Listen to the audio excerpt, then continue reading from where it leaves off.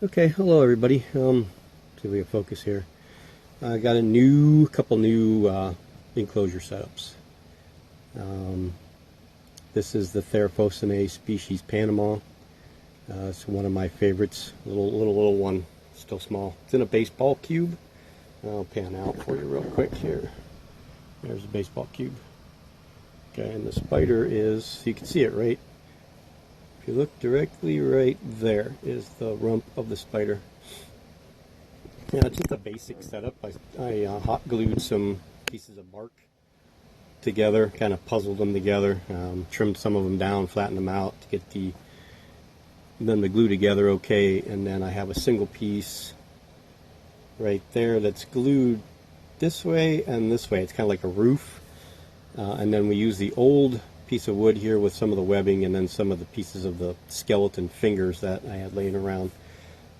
They're plastic to make like a tip it here. You can see it's like a little cave underneath there for the little one to go into. And then we made just used a Lego from stuff that we were cleaning yesterday. My wife was cleaning some stuff out, and my daughter had a big container of Legos, so I stole some of the Legos that would work for water dishes for some of these. I meant to put some moss. As you can see, there's a glue. You can see the glue seam right there. I meant to put some moss on, and I totally forgot because I was kind of thinking ahead of myself on what else I wanted to get done today. But so yeah, that's the new home for this one. Doesn't look like it needs to eat for a while. I would say it would molt in the next probably 2 weeks. It looks like it is getting a little dark, and its rump is rather large and pretty shiny. So it ate its last meal, so it may just be from the little cricket that I gave it, but it looks a lot shinier and darker than it normally does. So we have that, and this one here. Put the lid on this one, and we will. Okay, this is. I had to move the Poecilotheria Tigwin Wasseli. It was a decent size for a sling, and it was in a 50 dram vial. It was just, and the amount of dirt that was in there, there wasn't that much room for the spider. If it was on the side, it was almost touching the top and the bottom at the same time, where the substrate was, of course. So I just used one of the small pieces of round cork bark I had laying around. A little bit of dirt, not too much. It's wet there because I put water in the water dish. This is the old enclosure for the Taponechinius gigas that passed away. This should be perfect for this one for a molt or two, but probably not much more than that. So what I did here, let's see if we could see it. It's in there. Where it's in there, I'm not quite sure, but it's in there. Because I took the moss that was in the old enclosure and I stuffed it down inside here. And it looks like it almost is down inside there. I can't be positive there because I really can't. We can zoom in and see if we see the spider. That was a pretty easy transfer. What I do with the 50 dram vials and a species like this is oh, there it is right there. Little bugger's out. I didn't even see it. So that's good. A, that it didn't take off on us while we're trying to look, and B, that it did come out, because it went right into the cork bark. But what I do with the 50 dram vials, I'll give you guys a close-up while I'm speaking here. There it is right there. They look like any other pokey when they're, little slings like this. I have a hard time telling them apart. There's a few of them that are pretty noticeable at at this size, and I'd say this one's like 1.75 inches, maybe 2 inches at the most.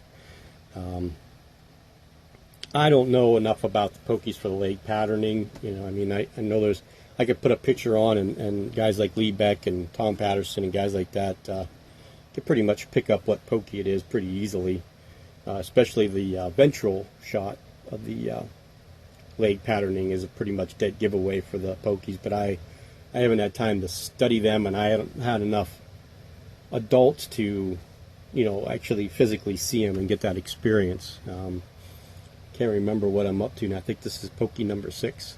So we have the Regalis possible female, the Sapusca female, the Metallica female. The Vitada, I'm up in the air about, I think male, but not 100% sure. The Miranda, I think is female, and then this one here. Yeah, so these are the two rehouses that I did.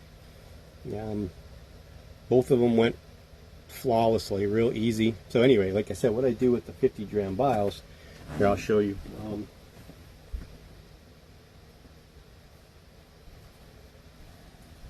Okay, we're going to move this one back a little bit, and I do this with the 30 or the 32 ounce deli cups too. So you say the spider's in there, and then I have this one. You can see I poke holes in there. And of course, there's holes around the top, and this isn't the right lid. The other lid's got holes like this on top of it. So what I'll do is I take the top off this, and gently take the top off the one the spider's in. It kind of do that. I just put them upright. So, and then I take this, my little stick here, and again, when you start coaxing the spiders, especially arboreal ones, when you touch them, they want to come up. So once I get the spider into this enclosure, we'll just slide the lid and then close it and let them sit in there. And then we'll just take, we'll take the lid off of this and then slide this down inside it like that, and then poke the spider through those holes, generally go right into the cork bark. I have yet to have anything fight me doing a rehousing of this nature, transferring from their original container into another one. And a lot of these, like these containers here, the pretzel jars, the cheese ball jars, or plastic containers, the little milk bone plastic containers that I have, 32 ounce deli cups will go right over top of that lid. So it's real easy to, because you're covering the whole area. So the deli cup will go right over top of this, and you'll be able to poke them. So when I want to get this one out, I will get my 32 ounce deli cup, stick it over top of this, stick this stick down inside the deli cup, poke it up inside to this other one, and then put the lid on, and then take that and put it wherever it is I want the spider to go from there. But that was the two rehousings that I did. We did have a few things pass away over the course of the last week or so. A couple of them were pretty expected. They were clinging on for the last week, and that is the mature male Heterothele gaboensis. So that was the only one I had left. That one passed away. He made it. It's about, 8 months as a mature male. Never ate. No, not one time. Tried, just couldn't get him to eat. I couldn't tell you if he spun a sperm web because he had webbing all through his container anyway. And one of the Neo-Holothele insays that I got in the trade for the Poecilotheria rufilata male that I sent passed away. That one wasn't really, from the beginning, it was okay when I first got it in. It moved and it ate, but it only ate one time. And after that, it just never looked right. It was very lethargic, constantly gave it water, made sure it was in moss. I wanted to make sure that they were kept a little damper. The Yensei seemed to, at least my female, always enjoyed it a little damper than she did, not dry. I guess that's the other one, right? Damp or dry. Not super moist, but just damp. Usually one side I would really overflow the water dish, and when I would do that, she would come right out and go over there. But if I put water on the side that she lived in her burrow or her webbing, she would leave. She wouldn't stay in there. So she was pretty odd. So after we got home and we did this, actually I did this after we went down to the creek. My daughter and I went down to Elk Creek. We had that salamander. I can't remember what they were called now, three-toed salamander or something. I couldn't get that one to eat anything, so I took it back down to the creek to let it go. I didn't want to kill it, so I was looking for some of those orange F's, I think they're called, or newts with the red dots, but we couldn't find any. I'm going to be on the search for those all summer long. but we did come across some wolf spiders, and we did collect 4 of those. I'm going to try something. I'm not sure how it's going to go. I hope it goes okay. I'm not 100% sure. I'm going to ask a couple people before I actually do it, but there's 2 that have egg sacs and 2 that don't. They're all female as far as what I can tell. I was thinking about taking the 2 that don't have egg sacs and putting them into a bigger container together.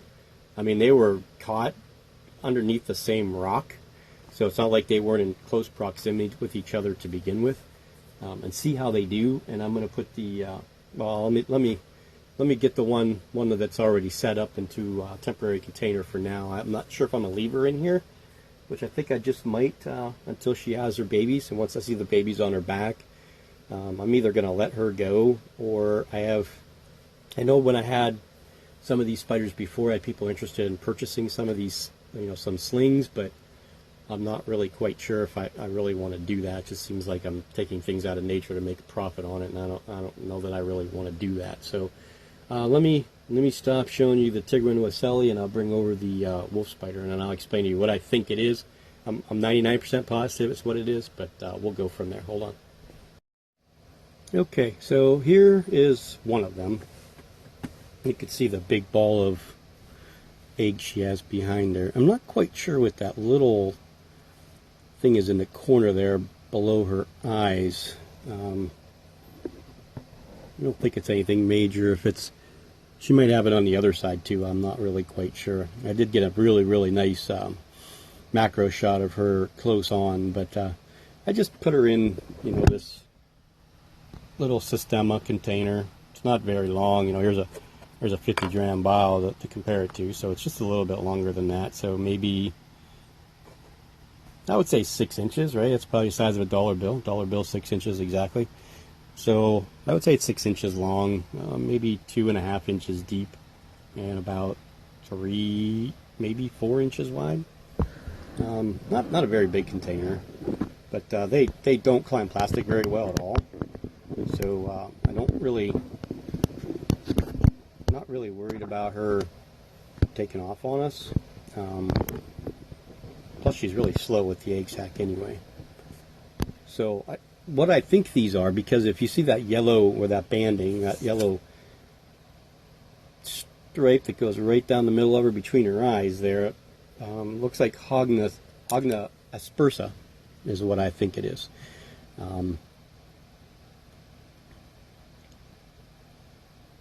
We caught a different wolf spider last year, and I don't want to say it was a Trigrosa aspersa. It was a little bit different, but it possibly could have been the same exact thing. I think the coloring was a tad bit off. These are pretty dark colored, and they're real close relatives to the Hogna carolinensis, which they say we have here. I have not ever seen one. I'm trying to get, she's not in a good spot for the light. Trying to get a closer shot of her head on, but yeah, the light's not working out very well for us. So we caught 4 of these. So that is one. I think I'm going to hang on to this one for sure. Got to get a water dish in there for them. These were all caught within 4 feet of the water's edge. Okay, here is the other one that has an egg sac. About the same size. There she is right there. They're pretty decent sized spiders. I want to say 1.5 inch diagonal leg span, maybe 1 3/4 inch. Somewhere in that relative area. You really can't tell because they're kind of wrapped around that. Their egg sac's pretty good. She's not gonna wander. When they get their egg sacs, they kind of stay where they're at. They don't want to leave. They mate in the fall, and the males will die off at wintertime, and they lay their egg sacs in May to June here in Pennsylvania. I'm not sure if that's the same everywhere throughout the country, but here in Pennsylvania. And this is all research I did on the Penn State University biology site, which is for the spiders of Pennsylvania. Pretty good information. I think there's a lot more spiders than what they have listed here in Pennsylvania, but anyway, they lay their egg sacs between May and June, and then usually by the end of June the eggs will hatch, and the eggs will the babies will crawl on mom's back, and that's where they'll stay for a little while. These aren't webbing spiders, they're hunting spiders, so they kind of like find some place to hang out during the day, and then at night is when they come out to feed. I'm not quite sure if she will eat, either one of the two females will eat with the egg sac. I do have some small crickets I can try. I think I'll wait a day or two. I want to get her into something, probably the same kind of container. And then we have, here is another.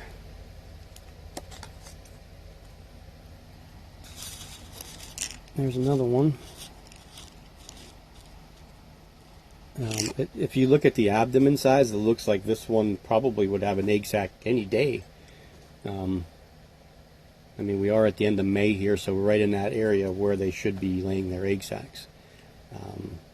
This doesn't look like a male to me. The males are a tad bit smaller than these. All four of these spiders are pretty relatively close to the same size. This one being, I think, the smallest. Or maybe, no, maybe this one's the smallest of the four, this other one. But, yeah, so in the winter, they overwinter.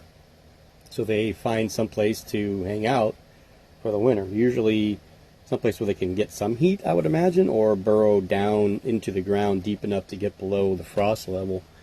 And then they emerge. It's the same thing with the babies. So the babies will be with mom through the summer and then disperse, and then they will overwinter, and that's where you'll get your males for the next year to mate with the females. So again, these were all caught, all four of these were caught within 15 to 20, maybe 30 feet of each other. And there were a ton that, we saw run around, littler ones, maybe half inch, 3/4 inch. Tons of them, just tons of them. I was actually looking for another fishing spider, but we found these, and these filled up the containers that I brought, so we kind of stopped, which was a good thing, because just as we were getting done, it started to pour down rain. But here's the last one. I'll get the last one out for you. And none of these are set up yet, so I think I'm going to go ahead and I may just put them into deli cups where they're at. I don't know. This is the smallest of the three. But if you look at, see the size of her abdomen, how long it is, and how thick it is. She's not kind of belled out like the other one is. If you notice, the last one was kind of belled out at the bottom. So the eggs still may be developing, but I would imagine that these two would probably lay egg sacs relatively quickly too. And I don't know. I mean, I'd like to keep them and see. The one I had last year, she had an egg sac, but she ate it about a week or two after we captured her. She was such a pretty spider, but she did eat the egg sac, which kind of surprised me. The wolf spiders are usually pretty good moms. So they keep their babies with them pretty much through summer, right on their back. They all crawl on their back, and you'll see these will probably have, I would say, 50 to 100 little babies each. So I mean, I could be rolling in little baby spiders here, but I doubt that I'll keep, unless somebody really wants a handful of them to make it worth the shipping and everything. I probably would just let them go. I know a lot of people frown on taking things out of the nature, but it's the only way that you can learn, and I just love to learn about things like this. So the only way to do that is to have them with you. But I think this one and the other one that doesn't have egg sacs, I think I'm going to try and put them together and see what they do. I'll probably put them in something a little bit bigger, a little critter keeper, a bigger critter keeper, and then maybe put, I'd like to put something in there that's got some water, like a kind of like a pond, not anything huge, you know, maybe one of these little deli cups or something, not this kind of deli cup, but smaller one. Something that'll have constant water there, and have some rocks, and then, you know, with the flat rocks or shale rocks is where these were found. Some gravel and some dirt, and then some moss, and just see what happens. Again, the two that didn't have egg sacs, right? The two that didn't have egg sacs were found underneath the same rock. I mean, the rock was about 18 inches, we'll say round, roughly. You know, I mean, it wasn't exactly round, but you get the hint. So yeah, that was our day. Oh, and then we found these. Where did they go? Hold on. Oh, there they are. I want to show you these things. I'm not sure what these are yet. I want to take them out of the container that they're in and put them on something flat so I can get macro shots of them. I honestly don't know, and I don't even know if you guys will. Yeah, there they are. You'll be able to see it. See that thing? I don't know what it is. It doesn't like to be where it's at, though, because it's on its back. I'm going to give it something to crawl on. But they're like bright red. There you go. They're both like that. I don't know if these are... I don't think they're ticks. I don't think they are. I've never seen a red tick like that. Let me try to get something to get them over. Flip them over.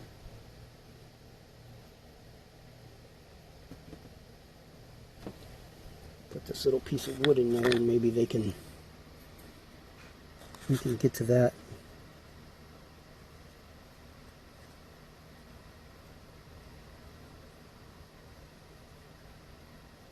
I just really want to know what these are.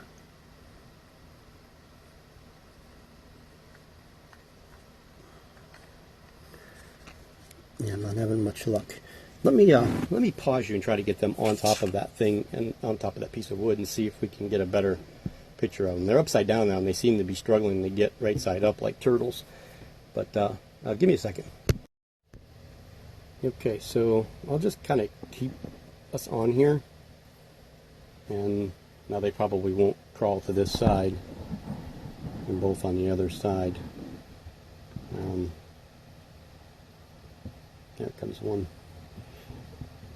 Yeah, I don't know what they are. I probably won't keep, because I don't know what to feed them. Unless somebody knows what they are, I'm gonna try and find out. Again, I'm not sure if there's some type of tick. There's one over there. I mean, that's what they kind of remind me of, but you know, usually ticks are kind of skinnier until they start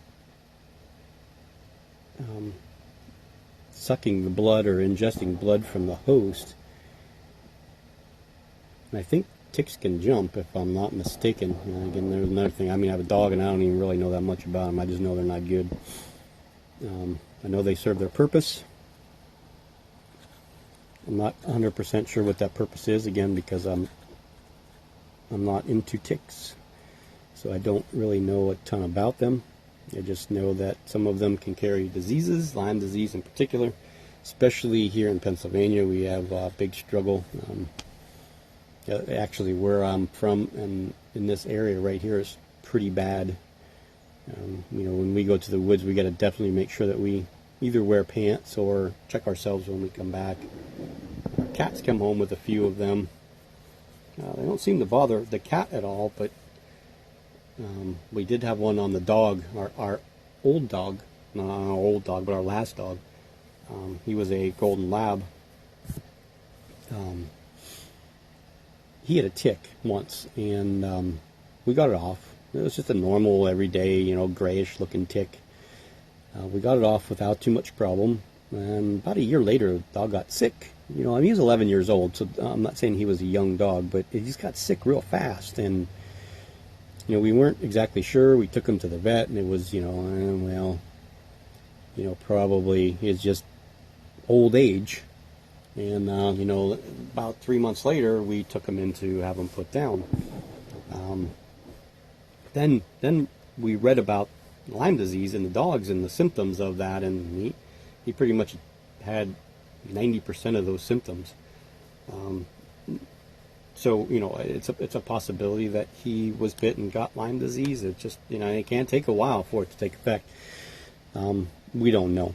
Again, he was 11 years old, so we just kind of figured, well, you know, he's at that point being a Labrador, and he led a great life. So anyway, I have no idea what these things are. I'd really like to know. So I'll probably put the macro lens on here, and then take this piece of wood and put it on, you know, maybe the lid of this container, and try to get some macro shots of them, and you know, go on the internet and see if I can figure anything. I go to one of the insect bug guide, or bugguide.net, I think it is, or I think there's an insect only group on Facebook where you can like take pictures of different insects and then put them on there, and there's some really intelligent people there that can figure out what they are. So yeah, that was our day. I'm going to get these other 3 wolf spiders set up, try and get some macro shots of these red creatures, and I'm going to also be moving Norman, the Grammostola pulchra, out of the 1/24 die-cast scale clear plastic container and put him into the 7-liter, I think it's 7-liter shoebox, plastic shoebox that the Brachypelma bamei was in. Give him a little bit more room, a little bit more dirt, and then I have some plans for the clear plastic containers. I have 2 really big ones. I'm pretty sure I want to use one of them for my Brachypelma hamori once it molts, and the other one, I'm not really sure who I want to put in that one yet. I have some ideas, but I'm kind of waiting. I mean, I can get more of them. Don't get me wrong, I can get more of them. I was thinking about when I got the stuff in from my friend Vlad once he's done with his breedings. Doesn't look like his hamoris are going to take, so I should just be getting Cancerides, some Vagans, and some Balfouri, unless his Lugardis drop their egg sacs and actually develop. I'm not really quite sure what and when that's going to happen, but I know the Cancerides are going to start growing quick, and I don't want him to send me like 10 of them and they're already like 1 inch long. I won't know what to do with them all. So yeah, that was our Memorial Day. Everybody else seems to be doing okay, other than I did lose the Phidippus audix female that I had for over a year, almost a year and a half. She finally passed away. We did find another one in the house. I'm pretty sure that one's male. I fed it, and I think we're going to go ahead and let that one go. And we'll see what happens towards the end of the year in the fall when it starts to cool down. If we find a few of them, then I'll keep them, and overwinter them inside the house, and then let them go in the spring. I did keep the female for quite a while, just she was such a good little spider. Didn't really, I think she only molted one time in that whole entire year and a half. So she was an adult. Not definitely adult by her size anyway. But so, yep, that's kind of where we're at. I do want to move the 2 Babycurus jacksonis and the Acanthoscurria geniculata ash. I want to move ash out of the container that it's in into either the baseball cube or a softball size cube, something, or a 32-ounce deli cup, something a little bit bigger than what it's in right now. And other than that, everybody's doing okay. Everybody looks to be healthy. We still have no molts out of the Nandus, the Chromatus or the Colorado Velocis. Neither one of them have got to that point, and our male Aphanopelma hensi is just beginning its pre-molt. I would imagine once he darkens, I would say within a month, because this is probably, in the fall is when he's going to be wanting to look for a female. So I would, if he does mature, he's going to be ready to mate. I just hope my female will still be ready and not because I think her molting schedule was kind of off. She molted in February this year, and sometime in fall last year, early fall. So she molted twice last year. I just hope we don't run into a molting cycle where they mate and then she molts out of it, because I don't know how long. I'll try to keep my mature males alive as long as possible. I've seen the Brachypelma albopilosum mature male was looking kind of bad the other day, so I sprayed down the enclosure one side and then filled the water dish, moved him over to it, and he was in that water dish for, goodness, I can't tell you how long. And it surprises me because I'm pretty good about making sure the mature males have water. I usually put the mature males relatively close together, so when I grab one, I'm grabbing the other one, and making sure I keep them watered, because they don't eat a lot, so they're not getting any kind of hydration from food, so they got to get it the only other way possible, and that's from water. And I was going to take pictures of him, but I didn't want to disturb him. I actually kind of felt bad because he was in there for a long time, and I said it was only a few days prior to that water was given to him. So I took his hide out. He wasn't using it, and it just kind of it took up half of the container. Again, he's in a small container. Nothing, if it was a female, she wouldn't be in that container. She'd be in something bigger. But being a mature male, I didn't want to give them. I don't want to give them too big of enclosures, because they just wander around all the time, and then they use their energy and they die quicker. So I'm not sure how long he'll last, but we're pretty sure that he's a Nicaraguan. So we can't be 100% positive. So I can't really send him off to anybody to breed. So he's going to live his life here. He's a really good dude. I haven't held him. I haven't really tried to hold any of them, intentionally. But I think I'm going to work my way up to some of that. With Euophthalus species red, I'm going to try to hold a little bit, and then the new Brachypelma albopilosum Nicaraguan that I got from Ruth. That one seems to be very placid. And then once some of the other ones get a little bit bigger, the Brachypelma hamori, I would like to work myself up to it, because I do want to do some, go to some different events, do some talks about tarantulas and spiders at my wife's preschool, maybe biology class for the high school up here.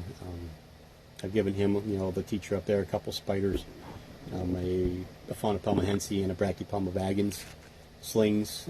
So he's raising them. They're a big classroom hit. So I figured, maybe this fall I can schedule something up there, take a half-day vacation or whatever, and go up there and do a talk. So I want to be able to hold a couple of them, because the kids there are holding those two all the time. So they don't seem to have any fear. It's not that I don't have fear. I just, I'm not a big handler kind of person. It's just not anything I really wanted to do intentionally, So, yeah, watched some good videos last night. A lot of the English, Scottish people from over there in the United Kingdom and in Europe that went to the BTS. Congrats on all your pickups. Danny Oakley had some great stuff that he picked up. Got some cool gifts from one of the subscribers, a handful of Manises. Spider-Man got some good stuff. Mark's tarantulas, silver spiders, they all got some great stuff over there. Those are the main ones that I watch. There's some I didn't watch. I didn't watch Tarantula's DK. I don't know if she got anything or if she even went. I'm sure there's a few other English, Scottish people from over there, in that area. I don't know which one's which, and I don't want to say the wrong thing, and sometimes you say they're English and they don't like that, or British. So anyway, you guys, Mark's Tarantula, Silver Spiders, if you watch this, let me know exactly where you guys are from. If you're from Scotland or England, or I'm not sure if this is right, Wales, South Wales, or I'm not really sure. But let me know where you're from, so that when I talk about it in the future, I know exactly what I'm talking about. And the assassin bugs are doing good. I haven't had any more hatch out yet. But okay, so there's a little bread bugs one more time. I say thank you for watching. I hope you guys enjoyed it. Thanks for the compliments. Thanks for the responses. Thanks for those of you that watch and say something to me on Facebook. Feel free to send me a friend request. I know a lot of you know me as Eerie Arachnids, but on my name is actually Dave Andrzejewski, long Polish name. So look it up. You can find me on one of the administrators or moderators on Tarantula Keepers. So if you're a member there, look me up there, send me a friend request. Be happy to talk spiders and stuff with you anytime you want. Give you information the best I can, answer any questions, or just relative chat if you want to. And if you guys ever want to know anything more about me, just let me know. You can ask questions in the comments, and maybe I'll do a question and answer kind of video sometime in the near future.